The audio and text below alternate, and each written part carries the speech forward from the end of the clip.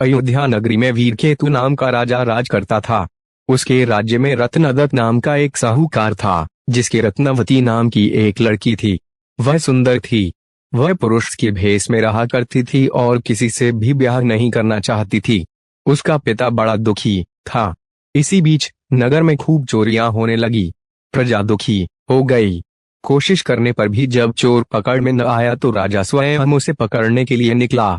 एक दिन रात को जब राजा भेष बदलकर घूम रहा था तो उसे परकोटे के पास एक आदमी दिखाई दिया।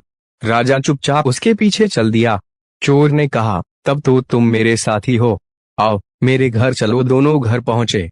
उसे बिठलाकर चोर किसी काम के लिए चला गया। इसी बीच उसकी दासी आई और बोली, तुम यहाँ क्यों आए हो? चोर तुम्हें मार डालेगा, भाग जाओ। राजा ने ऐसा ही किया। फिर उसने फौज लेकर चोर का घर घेर लिया। जब चोर ने ये देखा तो वह लड़ने के लिए तैयार हो गया। दोनों में खूब लड़ाई हुई। अंत में चोर हार गया। राजा उसे पकड़कर राजधानी में लाया और उसे सूली पर लटकाने का हुक्म दे दिया। संयोग से रत्नवती ने उसे देखा तो वे उस पर मोहित हो गई। पिता से बोली, मैं इसके साथ ब्याह करूंगी, नहीं तो मर जाऊंगी। पर राजा ने उसकी बात न मानी और चोर सूली पर लटका दिया। सूली पर लटकने से पहले चोर पहले तो बहुत रोया, फिर खूब हंसा। रत्नवती वहां पहुंच गई और चोर के सिर को लेकर सती होने को चिता में बैठ गई।